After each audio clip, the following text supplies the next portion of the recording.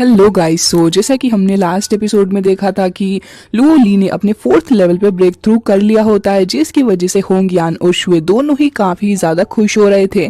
फिलहाल इस एपिसोड की स्टार्ट होती है और हम देखते हैं कि ये लोग बेशुई सिटी के अंदर आ चुके होते हैं, जहाँ पे आने के बाद लुओ ली कहता है कि अच्छा तो ये वो सिटी है जहाँ पे मैं हमेशा ही रहा करता हूँ। तभी वहाँ पे होंग यान कहती है कि हाँ, और चलो हम तुम्हें लोट लान ली के मेंशन के अंदर लेके चलेंगे जो कि तुम्हारे फादर हैं। तभी वो कहता है कि हाँ, मैं यहाँ पे आने के बाद काफी ज्यादा खुश और एक्साइटेड हूँ। ये सुनते ही वो कह रही होती है कि तुम काफी ज्यादा अजीब सा व्यवहार कर रहे हो हमारे साथ। जिसके बाद हम देखते हैं कि कैरिज फाइनली मेंशन के आगे आके रुक जाता है, जहाँ पे उसको ग्रीट करने के लिए काफी सारे लोग आए हुए थे और वो कह रहे होते हैं कि लुओ ली, आपका बहुत ही ज्यादा स्वागत है यहाँ पे। और हम देखते हैं कि मेंशन बंद होता है। तभी लुओ ली कहता है कि आखिर ये मेंशन बंद क्यों है। तभी वहां पे मौजूद एक सोल्जर कहता है क्योंकि लॉर्ड शुआनलोंग ने इसको बंद करवा दिया है, आपका कुछ पता ही नहीं चल रहा था और वो मिलने के लिए गए हुए हैं हमारी क्वीन से। जिसके बाद हम देखते हैं कि ये लोग भी अपने कैरिज पे सवार होके वहीं आ जाते हैं इंपीरियल हाउस के अंदर। जिसके बाद हमें उसकी एंट्री दिखाई जाती है, जो कि काफी ज्यादा एटीट्यूड के अंदर आ रही होती है अपने इंपीरियल हाउस के अंदर और आके अपने सिंहासन के ऊपर बैठ गई थी। तभी हम लॉर्ड शुआनलोंग को देखते हैं जो कि वहां पे खड़ा हुआ था। तो उसे खड़ा हुआ देख के क्वीन पूछती है कि आखिर तुमने इतनी अर्जेंटली मुझे यहाँ पे क्यों बुलाया है, क्या बात हो गई है। तभी वो कहता है कि क्वीन, इतना ज्यादा अर्जेंट कुछ नहीं है, मुझे पता है कि मैंने आपको डिस्टर्ब कर दिया है, लेकिन मैं आपसे कुछ इंपॉर्टेंट बात करने के लिए आया हूँ। और साइड में हम देखते हैं कि यहाँ पे लुओ ली भी खड़ा हुआ था और शुए, बाकी सारे लोग भी यहीं पे मौजूद होते हैं और उसकी बातें सुन रहे थे। तभी वो कहता है कि मैं आपसे काफी ज्यादा इंपॉर्टेंट बात करने के लिए आया था। तभी वो कहती हैं कि इंपॉर्टेंट ही करते रहोगे या फिर मुझे बात के बारे में भी बताओगे। वो कहता है कि मैं यहाँ पे काफी टाइम से चीफ काउंसिल के अंदर मौजूद हूँ और मैं काफी ज्यादा वर्क भी कर रहा हूँ, लेकिन अगर आपने ध्यान दिया हो तो फिर लॉर्ड नानली का बेटा तो कुछ भी नहीं कर रहा। तो यही कहना चाहता हूँ कि आप इस मैटर के ऊपर प्लीज अपना ध्यान दीजिए। जिसके बाद हम देखते हैं कि लुओ ली कहता है कि ये पर्सन तो काफी ज्यादा नाइस नहीं लग रहा, आखिर ये यहाँ पे करने के लिए आया है। तभी वहाँ पे शुए उसे बताती है कि इस जगह पे 2 इंपीरियल रोड हैं, एक तो तुम्हारे पिता लॉर्ड नानली और दूसरे लॉर्ड शुआनलोंग, और ये काफी ही ज्यादा वाहियात पर्सन है और हमेशा से यही चाहते हैं कि लॉर्ड नानली की पोजीशन इनके बेटे को मिल जाए ताकि वो भी लॉर्ड बन जाए और साथ साथ ये खुद तो एक लॉर्ड है ही, इससे इनको काफी ही ज्यादा फायदा होगा। तभी वहां पे लुओ ली कहता है कि अच्छा ये बात है। जिसके बाद हम देखते हैं कि यहाँ पे वो जो क्वीन बैठी हुई थी वो उसको कह रही थी मुझे ये बताओ कि इन सारी बातों का क्या मतलब है। तभी वो कहता है कि मैं काफी वक्त से यहाँ पे काम कर रहा हूँ और मैंने पूरी डेडिकेशन के साथ इस जगह पे काम किया और अपनी पूरी ही लाइफ ही इस किंगडम को सर्व करता आ रहा हूँ, लेकिन लॉर्ड लानली की बातें करें तो फिर उन्होंने ज्यादा कुछ खास नहीं किया और अब उनका बेटा वो तो कुछ करता ही नहीं है, एक नंबर का वीक पर्सन है वो, लेकिन फिर भी आपने उसे यहाँ पे रख रखा है। क्या मैं जान सकता हूँ कि ऐसा आप क्यों कर रही हैं? क्योंकि लॉर्ड नानली का बेटा एकदम ही बेकार है और वो किसी भी तरीके से कॉन्ट्रीब्यूट ही नहीं कर रहा किंगडम की अच्छाई के लिए। तो इसलिए मेरी आपसे गुजारिश है कि जो उसका टाइटल है वो किसी अच्छे पर्सन को ढूंढ के दे दीजिए, ना कि लॉर्ड नानली के बेटे को ही उसका टाइटल दें। इससे हमारे किंगडम के लोगों को ये तो पता चल ही जाएगा कि आप कितनी ज्यादा जस्टिस को पसंद करती हैं। लेकिन ये सुनते ही वहाँ की लॉर्ड को बहुत ही ज्यादा गुस्सा आ रहा होता है, क्योंकि उन्हें ये बिल्कुल नहीं पसंद था कि कोई इस तरीके से करे। जिसके बाद वो कह रही होती है कि अच्छा मुझे ऐसा क्यों लग रहा है कि इसमें तुम्हारे खुद के भी कुछ रीजन छिपे हुए हैं, क्या मैं उनके बारे में जान सकती हूँ। तभी वो मुस्कुराने लग गया था और वहाँ पे क्वीन कहती है कि मुझे लगता है कि तुम्हें ये बात शायद से पता नहीं है या फिर तुम भूल चुके हो कि लॉर्ड नानली ने मेरी जान काफी बार बचाई है और इसी के चलते मैं उनके बेटे को ऐसे दरखास्त नहीं कर सकती यहाँ से, और अगर ऐसा करूंगी तो फिर लोग मेरे ऊपर सवाल उठाएंगे कि मैं ढंग से काम नहीं कर पा रही हूँ। तभी वहाँ पे ये बातें सुनने के बाद लॉर्ड शुआनलोंग कहता है कि आप सही कह रही हैं, लेकिन आप मुझे खुद ही बताइए कि जब उसका बेटा कोई कंट्रीब्यूशन कर ही नहीं रहा है तो फिर उसको यहाँ पे रख के फायदा ही क्या है। आप ये सारी बातें जब लोगों को बताएंगी तो फिर वो विश्वास भी कर लेंगे, क्योंकि वैसे भी लुओ ली एक नंबर का बेकार लड़का है, उसे मार्शल आर्ट तक ढंग से नहीं आती, और रही बात उसकी कल्टिवेशन की तो वो तो आप छोड़ ही दीजिए, वो तो बस हमेशा से ही कायरो की तरह औरतों का सहारा लेता हुआ आ रहा है और उनके पीछे छिप जाता है। ये सुनते ही लॉर्ड बहुत ही ज्यादा भड़क गई थी और उसके बाद फिर वो वहां पे अपना हाथ पटकते हुए कहती हैं कि बस हो गया तुम्हारा, तुम कुछ ज्यादा ही अपनी हदों से बाहर निकल रहे हो। तभी हम देखते हैं कि वहां पे लुओ ली आ जाता है और कहता है कि आप मेरे बारे में कुछ ज्यादा ही फिक्र कर रहे हैं, लेकिन मुझे लगता है कि आपको इतना ज्यादा नहीं सोचना चाहिए। तभी वहां पे शुआनलोंग कहता है कि अच्छा तो फिर तुम भी यहाँ पे हो, ऐसा लग रहा है कि आज तुम काफी ज्यादा अच्छे मूड में हो, लेकिन इंपीरियल हॉल के अंदर आने का क्या मकसद है। तभी वो कहता है कि मकसद चाहे जो भी हो, लेकिन अच्छा ही हुआ कि मैं यहाँ पे आ गया, आखिर मुझे पता तो चल ही जाएगा कि मेरे पीठ पीछे वार कौन कर रहा है।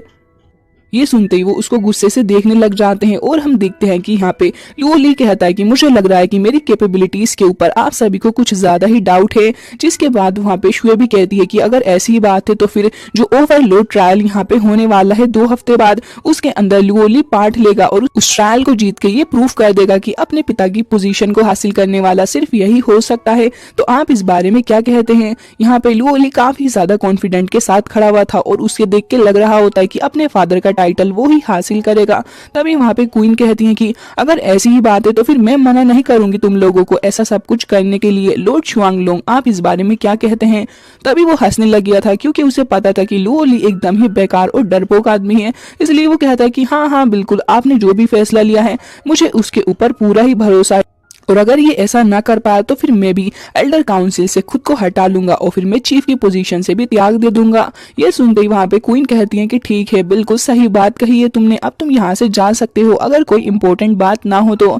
तभी वो कहता है कि जी हाँ, मैं यहाँ से जा ही रहा हूँ, मुझे खुशी आज मैंने आपका जस्टिस देख ही लिया है। जिसके बाद वो वहां से निकल जाता है और हम देखते हैं कि वहां पे लॉर्ड पूछने लग गई थी कि लुओ ली, शुए, तुम दोनों ने ये सारा काम कर तो दिया है, लेकिन मुझे ये तो बताओ जरा, लुओ ली 2 हफ्ते बाद होने वाले इस ट्रायल को कैसे पास करेगा। क्या तुम दोनों को इस बात पे पूरा भरोसा है कि इस ट्रायल को जीतने के बाद लुओ ली सच में अपने पिता की इस पोजीशन को हासिल कर सकता है। तभी शुए कहती है कि हाँ बिल्कुल मुझे भरोसा है, और हम देखते हैं कि लुओ ली भी कहता है कि आप बिल्कुल भी परेशान ना होइए, इन सारे लोगों को इस बार में दिखा दूंगा कि आखिर में हूँ क्या चीज। जिसके बाद सीन कट हो जाता है और हम देखते हैं कि कैरिज के अंदर लॉर्ड शुआंगलोंग बैठा हुआ था और उसके साथ उसका बेटा चोंग जेंग युआन भी होता है, जो कि काफी ज्यादा खुश था और कहता है कि फादर आपने कितना अच्छा प्लान किया इन सभी लोगों के खिलाफ, मुझे तो अब तक बिलीव नहीं होता कि आखिर उस लुओ ली के अंदर इतनी हिम्मत आगे से गई।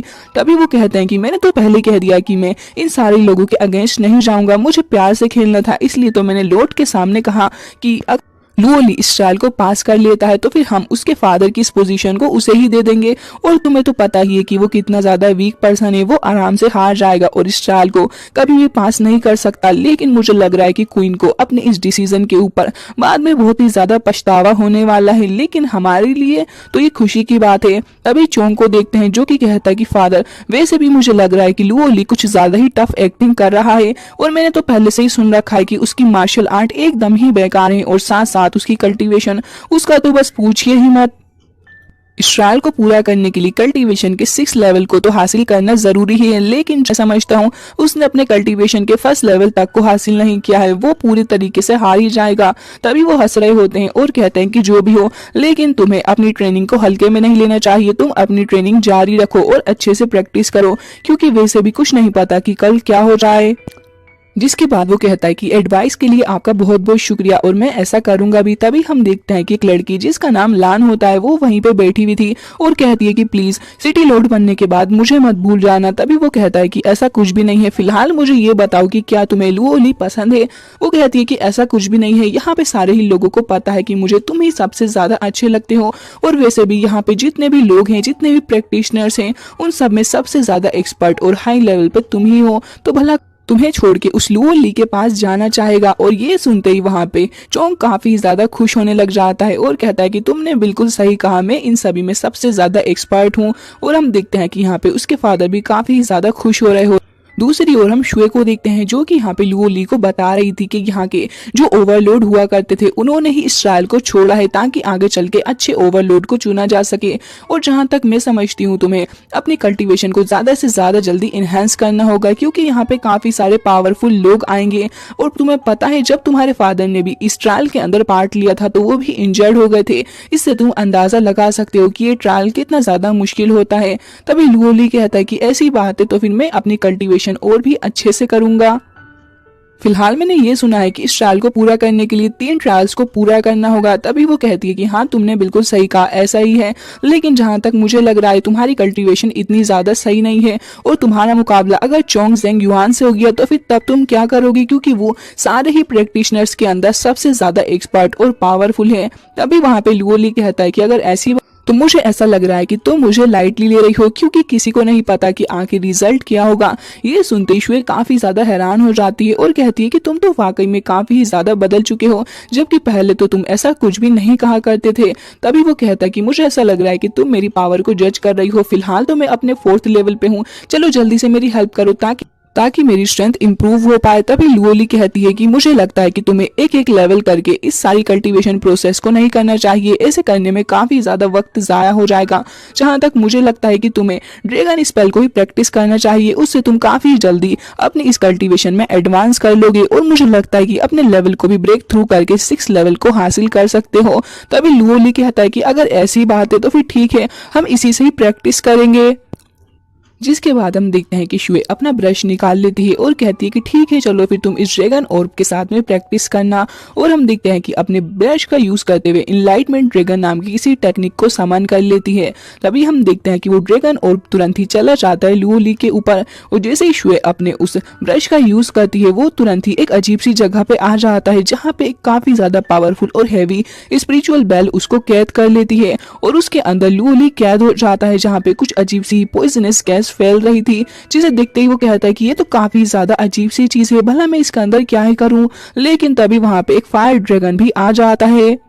वो स्नेक काफी ज्यादा पावरफुल था। लुओली उससे बचने की कोशिश करता है तो हम देखते हैं कि वो उसको मार देता है अपनी टेल का यूज करते हुए। अब जैसे ही लुओली वहां पे खड़ा होता है वो कहता है कि इसकी तो फायर भी पॉइजनस है, मुझे कैसे तो करके इस जगह से बाहर निकलना होगा अपनी वाटर एट्रीब्यूट का यूज करते हुए। लेकिन हम देखते हैं कि यहाँ पे तुरंत ही उसके हाथ के अंदर कुछ अजीब सा होने लग जाता है, जिसे वो खुद भी कंट्रोल नहीं कर पा रहा था। अब एक तरफ स्नेक आ रहा होता है और दूसरी तरफ लुओली का हाथ भी उसके कंट्रोल में नहीं होता। जैसे स्नेक उसके सामने आने वाला था वो तुरंत ही अपने हाथ का यूज करते हुए उसके अंदर से ढेर सारी फायर को जनरेट करता है और हम देखते हैं कि यहाँ पे स्नेक के माउथ के अंदर को थ्रो कर देता है, जिसकी वजह से वो धीरे धीरे करके पूरे ही पार्ट्स में डिस्ट्रॉय हो गया था और हम देखते हैं कि यहाँ पे वो खत्म भी हो जाता है। तभी अब अंदर क्या प्रोसेस चल रही है बाहर शुए को तो पता ही नहीं होता। जिसके बाद हम देखते हैं कि उसी ड्रैगन ऑर्ब के अंदर से कुछ अजीब सा प्रोसेस होने लग गया था, जिसे देख के शुए डर जाती है और कहती है कि लुओली तुम ठीक तो हो, तुम कुछ बोल क्यों नहीं रहे। और हम देखते हैं कि डरते हुए वो तुरंत ही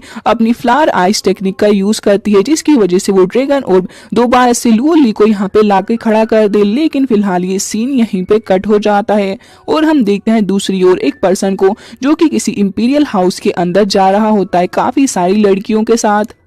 जिसके बाद हम देखते हैं कि वो पर्सन अंदर आ गया था और वो आते ही वहां पे बैठे हुए उस पर्सन को ग्रीट करता है और कहता है कि मेरा नाम वू ताइलाई है और मैं आपको ग्रीट करने के लिए यहाँ पे आया हूँ और उम्मीद है कि मैं जो ऑफर आज यहाँ पे लेकर आया हूँ आप उसे सुनना चाहेंगे। लेकिन तभी हम देखते हैं कि सामने से वो पर्सन जो कि ड्रिंक कर रहा था तुरंत ही उस जार को फेंक के मार देता है और कहता है कि तुम्हारी हिम्मत भी कैसे हुई यहाँ पे आने की और मुझसे इस तरीके से बात करने की। उस नाम लू चीशिंग होता है। सीन कट होता है और हम देखते हैं लुओली को जो कि वहां पे एक टेलीपोर्टेशन एरे के थ्रू वहां पे आ गया था और वो ड्रैगन ऑर्ब वहीं पे गिर जाती। वो उसको अपने पास में रख लेती है और हैरान होते हुए कहती है कि लुओली तुम किसी दूसरे टेलीपोर्टेशन एरे से कैसे अपीयर हो गए यहाँ पे और भला अंदर चल क्या रहा था, मुझे तो कुछ पता ही नहीं चला और उस स्नेक का क्या हुआ। तभी लुओली कहता है कि अगर मैं तुमसे कहूँ कि मेरे पास कुछ अजीब सी पावर है और मेरा जो लेफ्ट हैंड है वो खुद से ही मुझे डिफेंड करने में हेल्प करता है। तभी वो खड़ी हो जाती है और कहती है कि आखिर तुम कैसी बातें कर रहे हो, मुझे तो भरोसा ही नहीं हो रहा।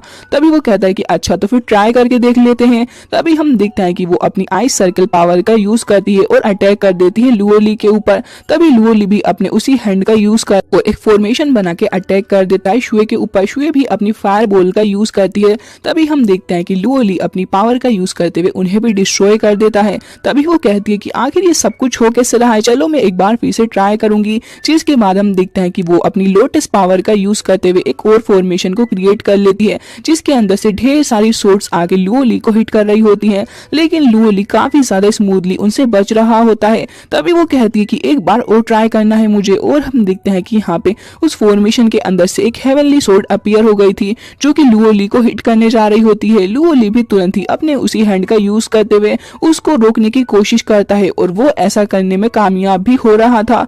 तभी वहां पे शुए भी अपनी पावर का यूज कर रही होती है ताकि वो लुओ ली को सप्रेस कर सके, लेकिन वो ऐसा कर नहीं पा रही होती। लुओ ली अपनी पूरी पावर का यूज करता है और हम देखते हैं कि स्वॉर्ड पूरे तरीके से डिस्ट्रॉय हो जाती है। साथ साथ शुए भी नीचे आगे गिरने ही वाली थी, लेकिन हम देखते हैं कि यहाँ पे लुओ ली उसे बचाने के लिए भाग रहा होता है। शुए तो खुद को संभाल लेती है, लेकिन लुओ ली ही नीचे गिर गया था, जिसे देख के वो कहता है कि तुम ठीक तो हो।